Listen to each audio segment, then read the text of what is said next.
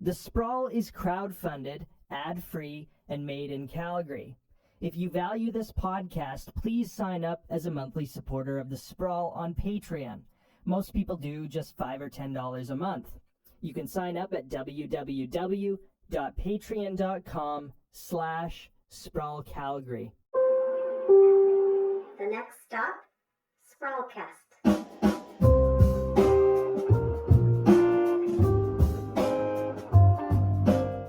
You're listening to Sprawlcast. My name is Jeremy Klossis, and I'm the founder and editor of The Sprawl. And this is kind of a mini podcast episode. I had to run down to City Hall the other day to interview the mayor for a story that I was working on about who's behind the Yes Calgary 2026 campaign. And while I was down there, I realized I might as well do a podcast interview with the mayor as well. So that's what this is.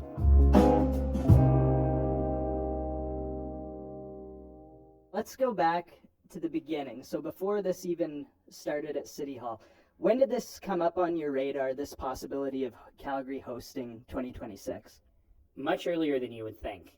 So when I first became mayor, one of the first reports I got was a report from the then Calgary Sports and Tourism Authority asking whether we should bid on the 2022 Olympics.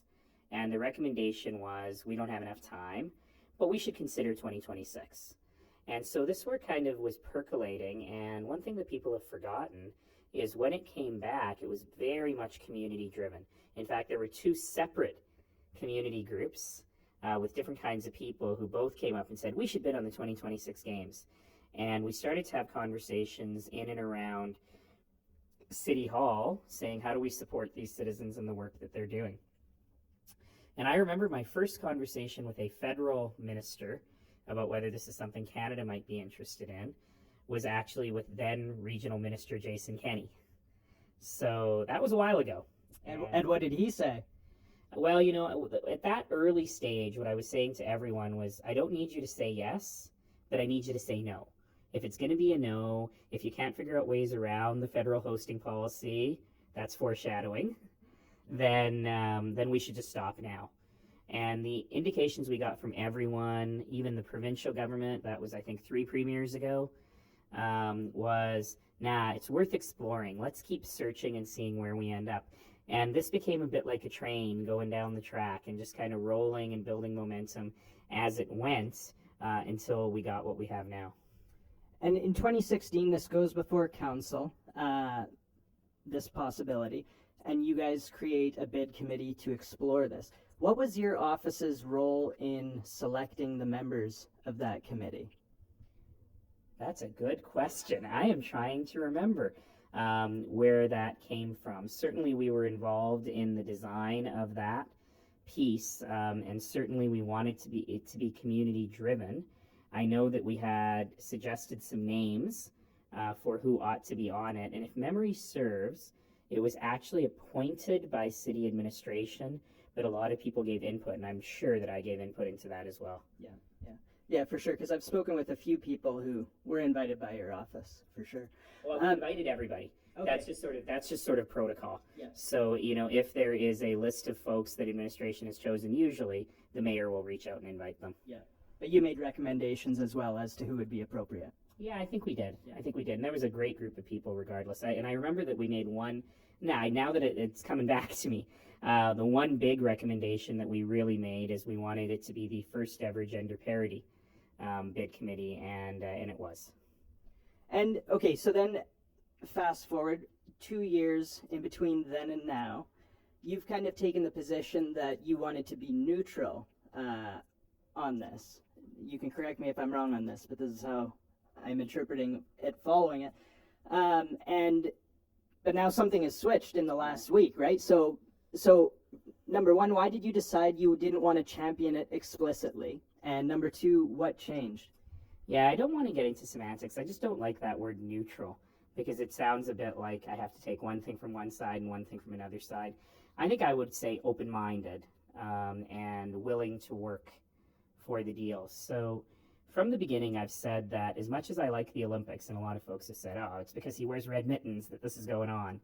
as much as I like the Olympics, as much as pro-Olympic as I am that way, I've been less pro-Olympics than I've been pro-Calgary, as I always am, but also pro a deal that made sense for Calgary. You know, we knew from the beginning that Calgary would not want to be putting in a lot of cash up front, that we would need good guarantees from the IOC, not just on finances, but on things like doping.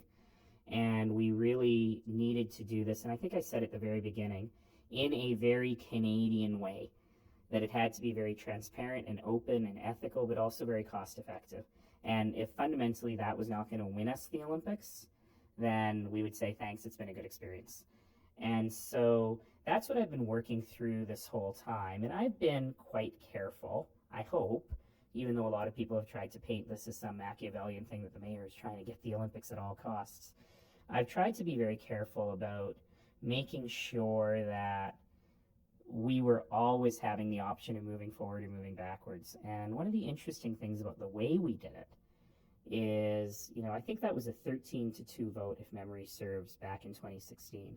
And I've talked to people in other cities that do bids, and fundamentally they would have said, all right, that's our deal.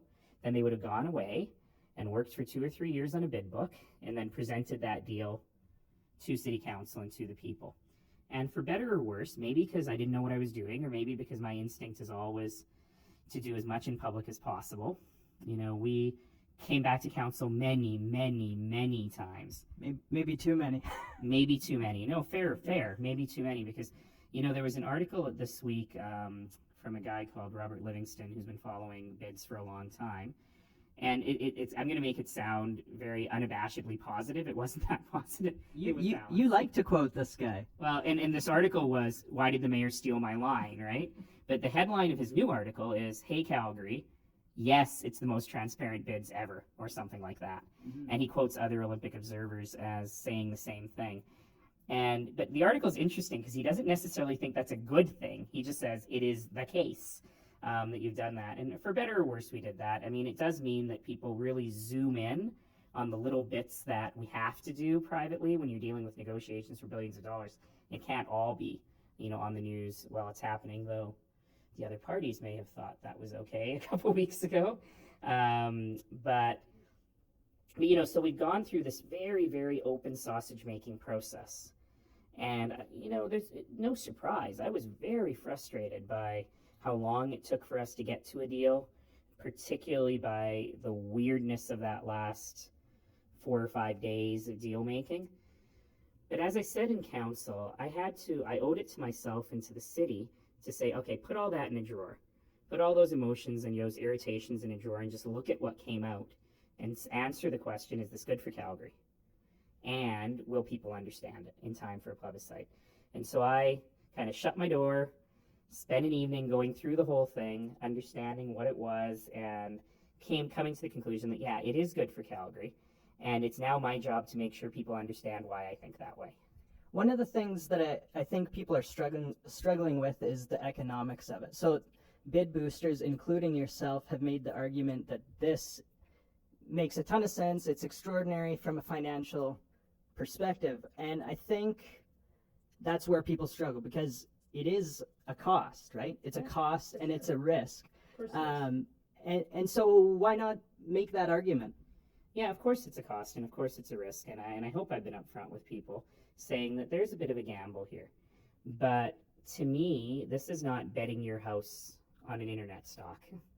This is buying a 50-50 raffle ticket for a relatively small pool of tickets. You know, there's a very good chance of winning, and you're not risking a lot. So what I've been saying to folks is, look, if we win the bid, and Calgary is in for something south of $400 million, $390 million, even forget about the economic benefits, forget about the $4 billion coming back in cash infusion, forget about the other benefits to the community, just say, all right, $400 million. If that is entirely funded from property taxes, which it won't be, because here at the city we follow what I call the Nenshi principle, which is we don't take on debt unless we have a source to pay it back that's not general revenue. But even if we did, let's just say we borrowed the money today and it all went to property taxes, Trevor Toome estimates, and I'm glad he did it because it matches my number, that would be about $25 per house per year. So if nothing else happens, if we don't get any follow-on benefits from the Olympics, if the brand value doesn't increase, if we don't get further investment, for $25 per house per year, you're getting a field house, which people have been crying for a long time. You're rejuvenating these 8 facilities in Calgary for another 40 years, and you're getting the largest investment in affordable housing in our history. So for me, I keep saying that when my dad used to come home from Saturday shopping when I was a kid, my mom would say, honey, it doesn't matter if it's on sale if we don't need it. And so what I think about this is when I think about those benefits for the costs that we're putting in, suddenly that risk, as small as it may be and as mitigated as we've had, becomes really, really worthwhile. And in city building, sometimes you got to take those leaps. So, yeah, this is interesting because, you know, one of the reasons some people are supporting this for city building, right? Because they see the potential for maybe there are other projects. But are we actually going to see this lean and mean games? I think that's the question on everybody's mind. Or do we start tacking things onto it? An NHL arena, that's already somewhat in the works. It's a really important question. And one of the other ways that we've done this very differently than other cities is that we've gone in lean and mean. And I instructed that, but I wasn't the only one, and I don't have the power to make these decisions on my own, but I instructed at the very beginning that we're not to lard this up, that we're not throwing in things that are tangential, that really have nothing to do with the games. And a lot of people criticized me for it. You know, a lot of folks said, look, if it's going to be $5 billion, why didn't you just make it $6 billion and build a C-train line to the airport? You know, the great secret about the Canada line in Vancouver, a terrific investment. It's great that they did it. You know, the figure skaters didn't get off the plane with their costumes and get on the train and go to the athletes' village. You know, it wasn't really for the Olympics, but it was a real great benefit to the city. And so, you know, sure, if the federal and provincial governments come down the pipe with a fully funded LRT to the airport between now and 2026, yeah, I'll take that. But I really wanted to be really clear with people that this is what we've got. And I want to touch on the question of the arena. After the last municipal election and after we talked so much about the arena, the last thing in the world I wanted was for citizens to think, oh, this is just a front. The whole Olympic bid is a front to get the Flames their new arena. It isn't. And so what's important about the arena is I'm happy the negotiations have started again. And I hope that we'll be able to come up with a great deal. And if there's public money in it, that there's public benefit for that. That's what I've always said. But it's very clear that we can do the Olympics without an arena, without a second arena. Very few Winter Olympic cities would have even one 20,000-seat arena, forget 2. Vancouver was super lucky because the Pacific Coliseum was kind of hanging around, and they had 2. If we end up with a second arena, it means that we would use both the Saddle Dome and the new arena. And the reason that's advantageous is because Canada is a country where there are probably 5 sports where you could sell out every ticket in a 20,000-seat arena. It's one of the few countries where you can do that. You can do that in the U.S. And that's women's hockey, men's hockey, short track, speed skating, figure skating, and curling. So if we have 2 20,000-seat arenas, all that means is more people get to see the events live. And it means we sell more tickets and the Olympic numbers look a little bit better. But it was important to separate those for me. But the city admin has said we don't have money to afford all these mega projects. There are a lot of stuff on the table right now, and I need to help my council understand that sometimes our eyes are bigger than our stomach, particularly in these tough times. I'm a debt hawk. You know, the debt has really come down since I've been in the city. I always laugh thinking, you know who the most fiscally conservative member of city council is? Me! I'm the one who's trying to watch the books, the balance sheet in particular. And the reason we're able to build the Green Line, for example, is because we've created debt capacity by paying down our debt. And so I want to be clear that it'll be tough to do all of this. That said, if it's council's will that they want us to investigate these things, one of my jobs as a guy who keeps such a close eye on the books is figure out how we can do these things without going into enormous debt for future generations. And, you know, so for example, on an arena, you know, if there's public money needed, well, we got to go find it. It's not going to be property tax increases, or it shouldn't be anyway. So I got to work through all of these things, you know, and I'm eternally optimistic. And I always feel like there might be one grant program. It's got to come from the nonprofit sector. So it's always, is there one more grant program I can apply to? Is there any more interesting things I can do with the cash I've got on hand to leverage more dollars from other people in other places? Can I get private sector investors to help with these things? Can I figure out ways of sharing in the revenue or the profit from some of these things to pay down the mortgage. So there are possibilities to do some of this stuff, but as you say, the answer to your question is in the question. Why would this have to be a lean and mean games? Because we don't have the money to do a non-lean and mean games. End of line. Thanks for listening and see you again soon.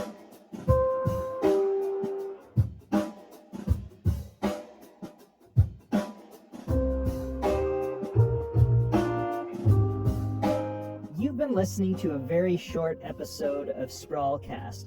I actually did have one more question for the mayor, and it was about the Yes Calgary 2026 campaign, because a lot of the people working on that campaign have worked on Nenshi's campaigns previously. And so I said, it looks a lot like a Nenshi campaign. These are just people who are excited about politics, right? And in fact, I'll tell you this. It was probably super frustrating for them that I would not come out and be their main spokes guy.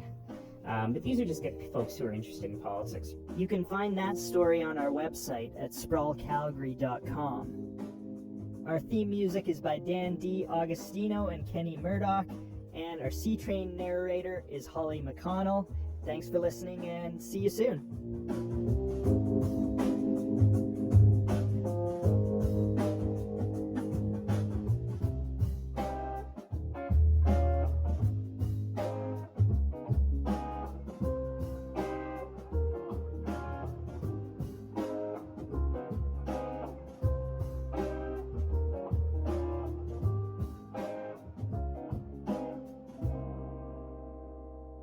The Sprawl is crowdfunded, ad-free, and made in Calgary.